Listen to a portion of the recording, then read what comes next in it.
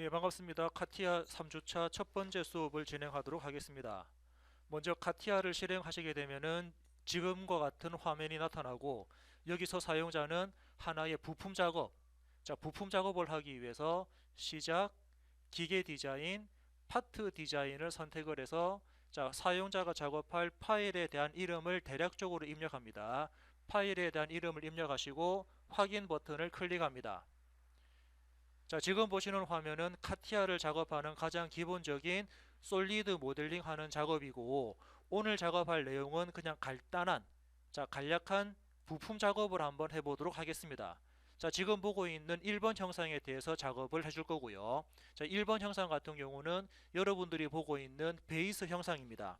이 베이스 형상에 대해서 작업 순서를 간략하게 한번 말씀드린다 그러면, 처음에는 먼저 간단한 사각형을 그린 다음에 이 사각형에 대해서 패드라는 높이 작업을 하나 해줄 거고, 두 번째는 형상 위쪽에 또 다른 사각형을 그려서 한 번 더 패드를 이용해서 요거에 대한 높이 값을 입력하도록 하겠습니다. 다음 작업은 중앙 부분에, 앞쪽 부분이죠. 앞쪽 부분에 또 다른 사각형을 그린 다음에 이 사각형만큼만 형상을 잘라내는 포켓 기능을 활용할 거고, 다음은 측면 부분입니까? 측면 부분에 사용자가 원하는 만큼만 라운드, 즉 필렛 기능을 주면서 라운드 처리를 하겠습니다. 필렛 처리는 화면에 보시는 이 반지름 값만큼만 필렛 처리를 할 거고요. 그런 다음에 마지막으로 위쪽 부분에 구멍을 작성해서 이 구멍 부분을 포켓으로 자를 건데, 구멍에 대한 개수만큼 우리는 나중에 또 복사를 하실 수가 있습니다. 복사할 수 있는 기능, 패턴 기능에 대해서도 같이 작업을 해보도록 하겠습니다. 전반적인 작업에 대한 순서, 작업 공정을 여러분들이 체크를 하셨다 그러면 이제부터 카티아 작업을 진행하도록 하겠습니다. 먼저 카티아가 현재 이렇게 실행되어 있고요. 사용자는 먼저 스케치 할 건데, 지난주에도 말씀드린 것처럼 우리는 스케치 기능 말고 다른 기능 쓴다라고 말씀드렸습니다. 어떤 기능이었냐면은, 스케치 옆쪽에 있는 화살표를 누르신 다음에 위치 지정 스케치라는 버튼을 이용해서 사용자가 작업을 하고자 하는 평면, 여기서는 XY 평면을 선택하겠습니다.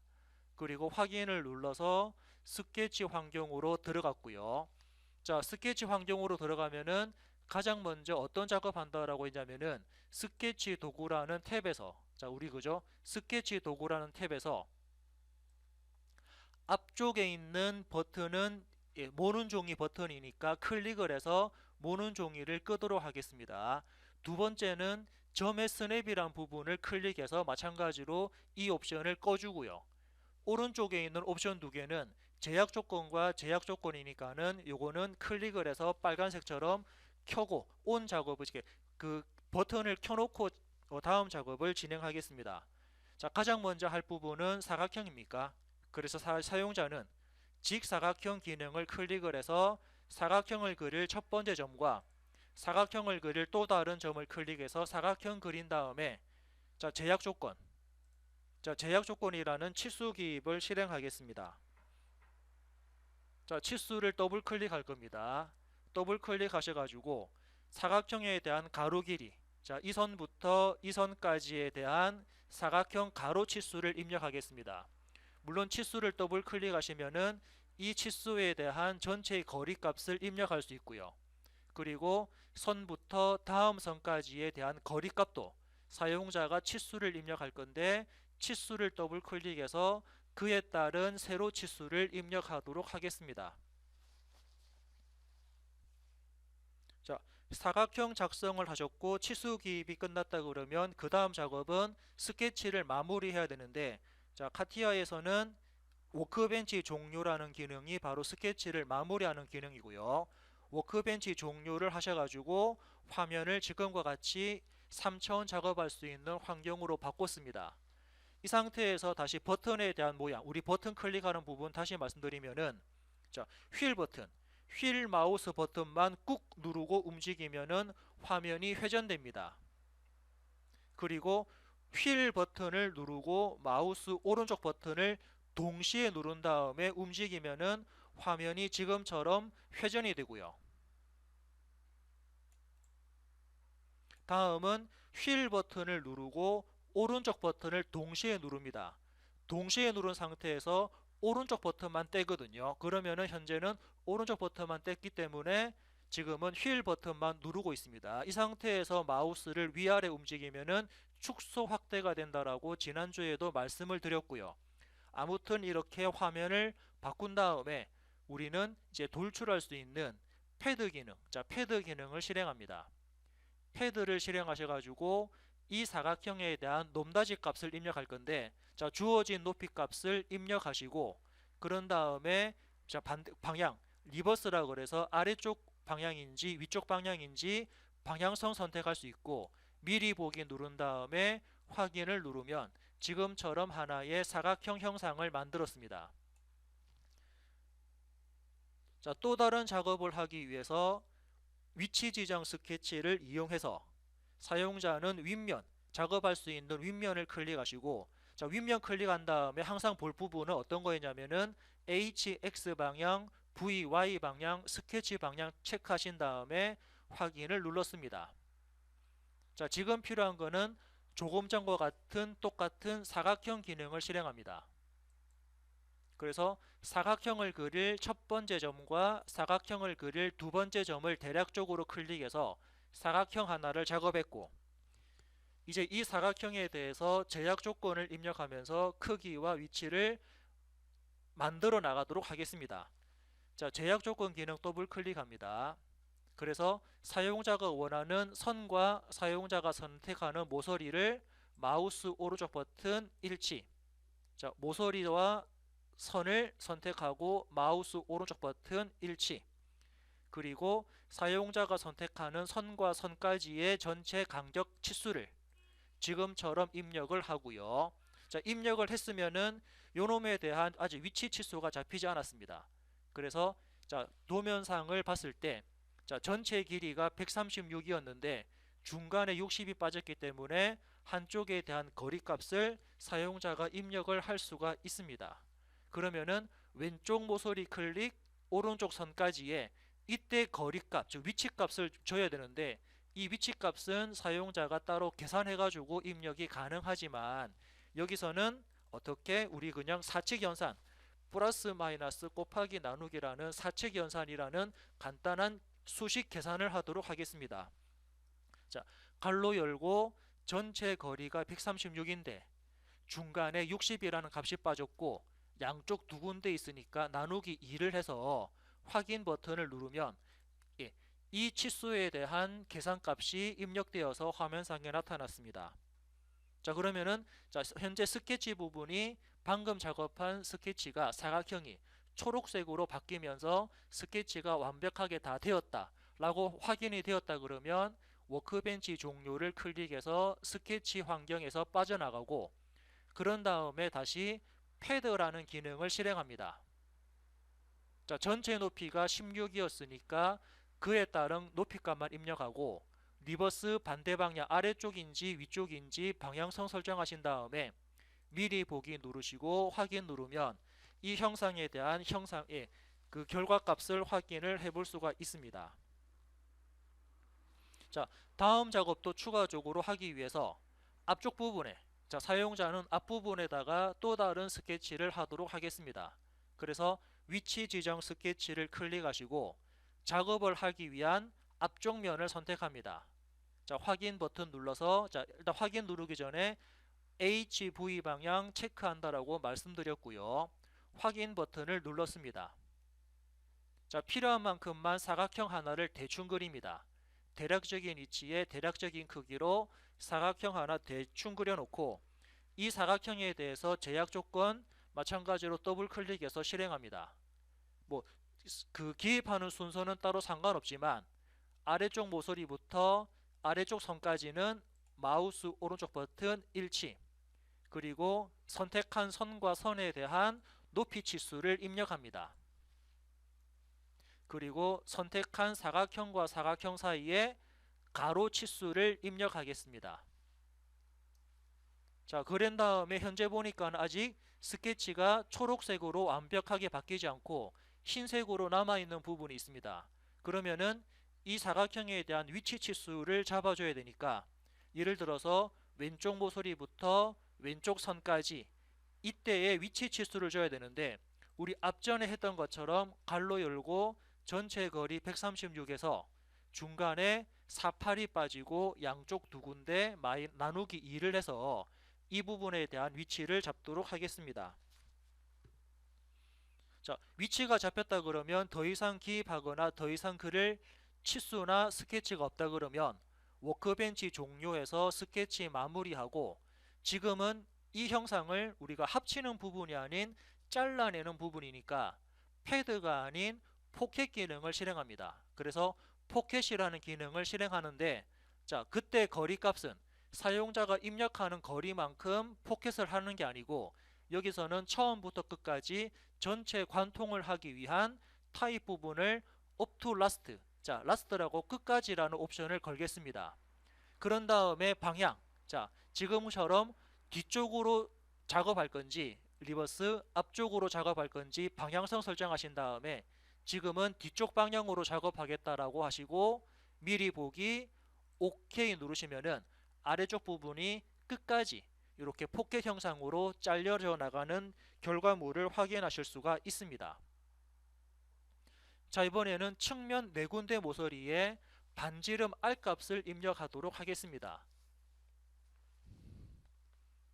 자, 반지름 R 값을 하기 위해서 엣지 필렛, 자, 엣지 필렛이라는 라운드 기능을 실행합니다. 엣지 필렛 기능 실행하시고 그런 다음에 반지름 값을 입력하도록 할게요. 반지름 입력하시고 그리고 엣지 필렛 라운드가 들어갈 모서리, 자, 그래서 총 4군데 모서리를 이렇게 선택을 해주시고, 자, 반대쪽도 같은 방법으로 선택을 해주시고, 예. 자, 지금과 같은 모서리를 선택하신 다음에 미리 보기를 하시게 되면은 이렇게 라운드, 자, 필렛 처리가 되는 모습을 미리 볼 수가 있고, 이 형상이 맞다 그러면 OK 버튼을 클릭해서 라운드 처리까지 끝났습니다. 자, 이제 마지막으로 어떤 작업을 할 거냐면은, 자, 일단 도면을 보시게 되면은 마지막으로는 이쪽 안쪽 부분에, 자, 안쪽 부분에 4-파이 11이라는 구멍이 뚫려 있습니다. 물론 이 부분은 사용자가 우리 앞에 했던 것처럼 윗부분에 원 그리고 아래쪽으로 패드에서 잘라버려도 상관없습니다. 하지만 지금은 4-파이 11이라는 부분은 어떻게 보면은 드릴 작업이거든요. 그래서 사용자는 이제부터 저는 드릴 작업을 하기 위한 옵션을 지정하도록 하겠습니다. 자, 아마 여러분들이 기존에 작업했던 것처럼 우리 이렇게 육각형 형상에서, 자, 우리가 가지고 있는 육각형 형상에서 윗부분에 구멍 작업을 하려 그러면은 이제 실질적인 드릴 작업입니다.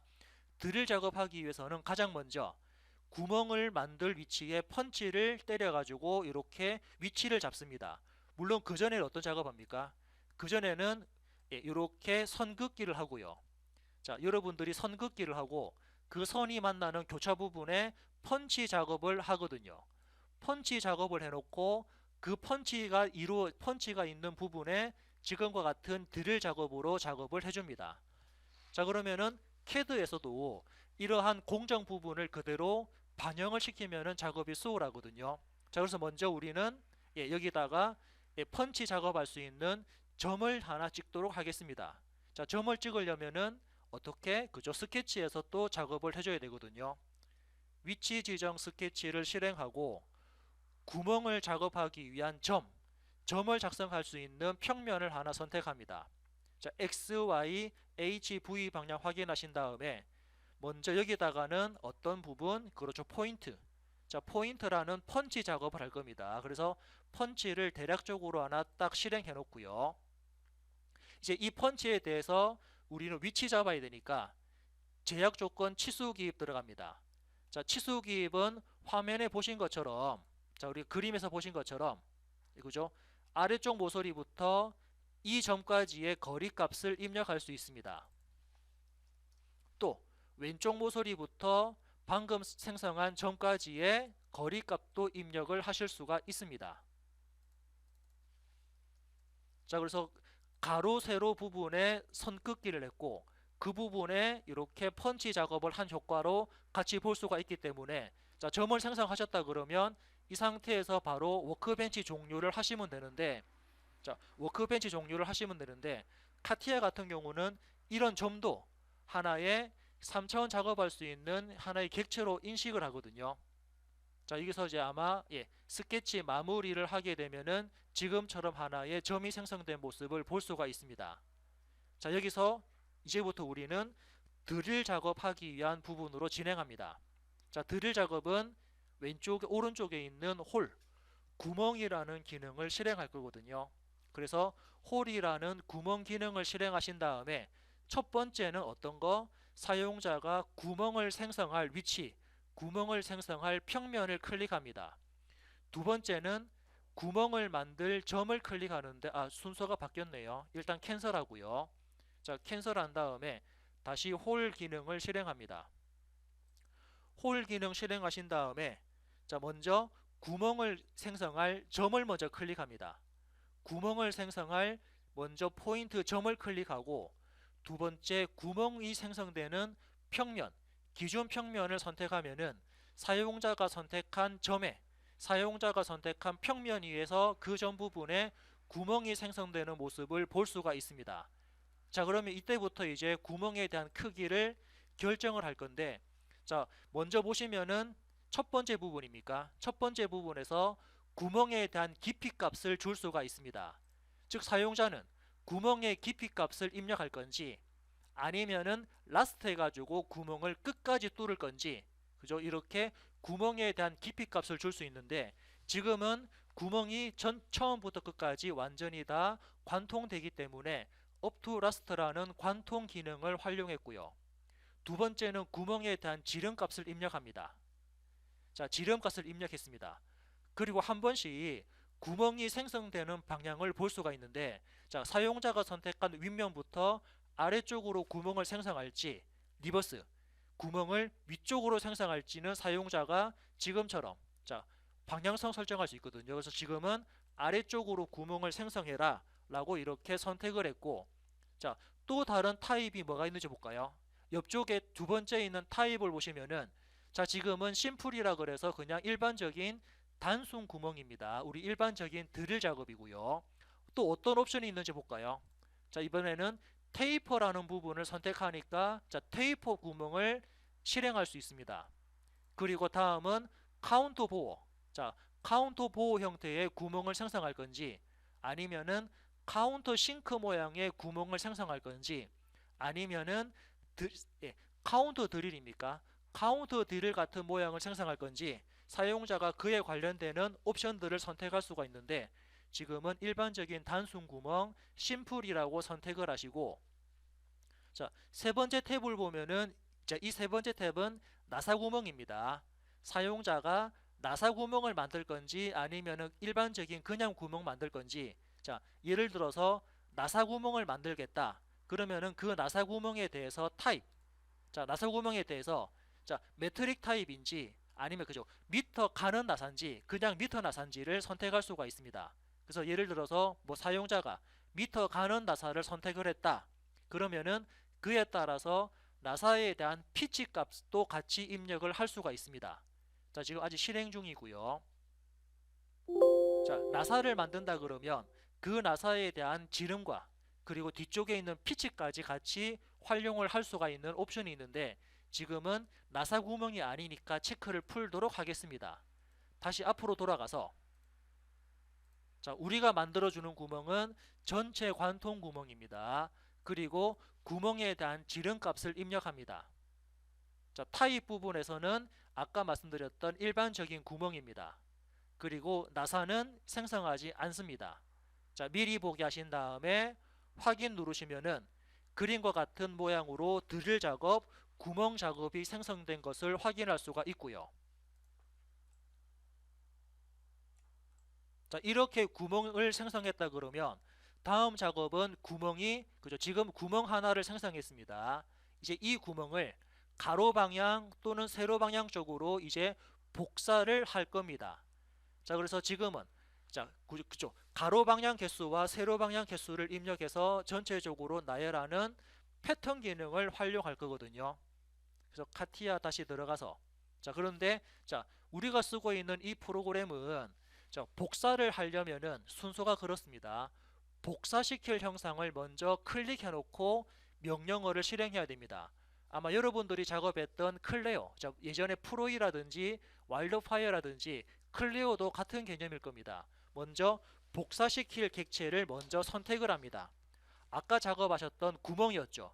사용자는 구멍을 복사할 거니까 구멍 형상을 바로 형상에서 바로 클릭하셔도 되고, 아니면은 작업 트리에서 방금 생성했던 홀을 선택을 해서 복사시킬 형상을 먼저 선택을 해 놓습니다. 그런 다음에 레탱귤러 패턴이라는 직사각형 배열, 레탱귤러 패턴이라는 기능을 실행합니다. 물론 다른 기능도 있죠. 원형 배열인지 직사각형 배열인지. 자, 그래서 패턴 기능을 실행을 딱 합니다. 자, 패턴을 실행하니까 처음에 물어보죠. 자, 지금은 첫 번째 방향, 두 번째 방향 이렇게 따로따로 탭이 설정되어 있습니다. 예를 들어서 첫 번째 방향을 X축 가로 방향이라고 예를 들어서 체크하고요. 두 번째 방향을 Y 방향, 세로 방향이라고 가정을 하겠습니다. 그래서 첫 번째 방향은 X 방향일 때, 자, 지금처럼 이게 이 H 방향입니다. H 방향, X 방향일 때 전체 몇 개를 만들 건지 전체 개수, 즉 자기 자신을 포함한 전체 개수 2개를 입력하고 그에 따라서 간격을 입력합니다. 자, 사이 간격값을 입력하죠. 그리고 아래쪽에 보게 되면은 선택사항 없음 부분이 있습니다. 선택사항 없음 부분을 체크하는데 여기서는 가로 방향이 어딘지, 즉 X 방향이 어딘지에 대한 해당되는 모서리, 자, X 방향과 관련되는 이 모서리나 여기 모서리나 이런 모서리, X 방향과 관련되는 모서리를 하나 클릭을 해주면 클릭한 방향으로 복사가 되는 모습을 확인할 수 있는데, 혹시 이 방향이 다르다 그러면 리버스 버튼을 클릭해서 방향을 이렇게 다르게 바꿀 수가 있습니다. 자, 첫 번째 방향에 대한 세팅이 끝났으면은 두 번째 방향에 대한 부분도 체크하신 다음에 이번에는 세로 방향입니다. 두 번째 방향에 대한 개수를 입력합니다. 전체 세로 개수는 2개가 만들어집니다. 그에 따라서 간격을 입력합니다. 자, 간격값이 얼마냐면 한번 체크해 볼까요? 간격값은 현재 나와 있는 이 값이네요. 그래서 간격값을 여기다가 입력하고요. 그리고 앞에 거랑 마찬가지로 선택사항 없음을 클릭합니다. 즉 세로 방향이 어딘지 또는 Y 방향이 어딘지에 대한 해당되는 모서리를 클릭해 주면은 그 모서리를 따라서 복사되는 모습을 볼 수가 있는데, 현재 보니까 화살표가 반대로 되었습니다. 그러면은 리버스라는 기능을 이용해서 방향성을 바꿀 수가 있고요. 이 부분이 맞다 그러면 미리 보기를 클릭하고 그런 다음에 OK 버튼을 눌러서 전체적으로 구멍을 지금과 같이 배열을 했습니다. 자, 사용자가 원하는 형상을 지금처럼 복사 배열했다 그러면 전체적인 형상이 맞는지 한번 체크를 하시고, 그리고 우리 지난주에 했던 것처럼 이 형상에 대해서 질량 체크를 한번 해보도록 하겠습니다. 자, 질량 체크를 하려면은 먼저 무엇이 필요합니까? 그렇죠. 먼저 이 형상에 대한 재질을 먼저 선택을 해줘야 됩니다. 자, 재질을 입력하는 방법은 아래쪽에 있는 재질 부분이 어디 있나요? 자, 재질을 입력할 수 있는 기능이 여기 나와 있네요. 재질 적용.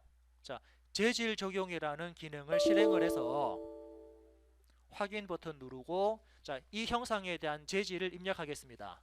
이 형상의 재질은 제가 알루미늄 한번 넣어볼까요? 그래서 메탈이라는 금속 탭에 가서 알루미늄을 클릭하고, 클릭한 이 알루미늄을 마우스 왼쪽 버튼으로 쭉 드래그, 마우스 왼쪽 버튼 드래그해서 파트 바디, 자, 파트 바디 부분에서 마우스 버튼을 딱 뗍니다.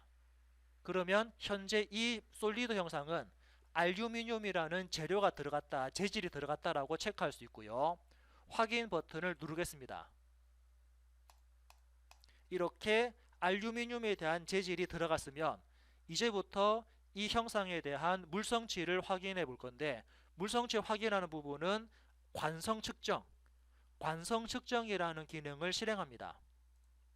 자, 그런 다음에 관성 측정을 할 아까 작업했던 파트 바디를 클릭을 해주면 파트 바디에 대한 물성치 관성을 볼 수 있는데, 현재 이 방금 작업했던 형상은 질량이 2710 정도 되는, 자, 밀도가 이렇게 나왔고요.